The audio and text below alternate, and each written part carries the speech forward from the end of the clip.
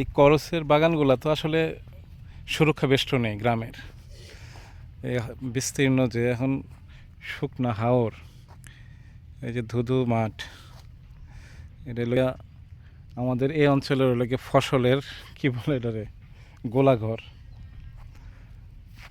এই সর্বনাশ, অনেক দূর পর্যন্ত বাড়িঘর নাই।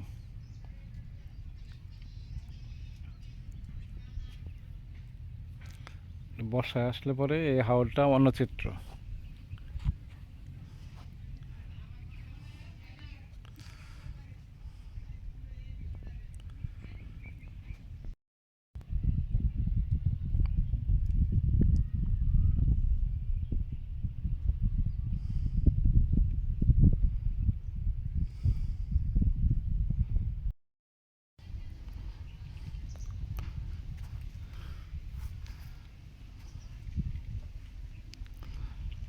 বেশ চমৎকার হয়েছে করসের বাগান।